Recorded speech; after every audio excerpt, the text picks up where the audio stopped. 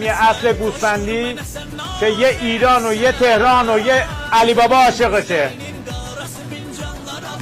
işimizin imzası Erdebil'in keresi. Kere mahalli ما هیچ جا لنگه نداره. Bu yemeli ترین کاسه کباب ایران و توران. yaşasın علی دایی. این کاسه کباب خوشمزه که یه سیخ شنجه داره، یه سیخ سیجه داره، یه سیخ کوبی در کنار دوشین و مخلفاتش اگه جدا سفارش بدی حدوداً 600 خورده ای، ولی تو این کاسه کباب سفارش بدی قیمتش فقط و فقط 500 تومانه. راحت 2 نفر است.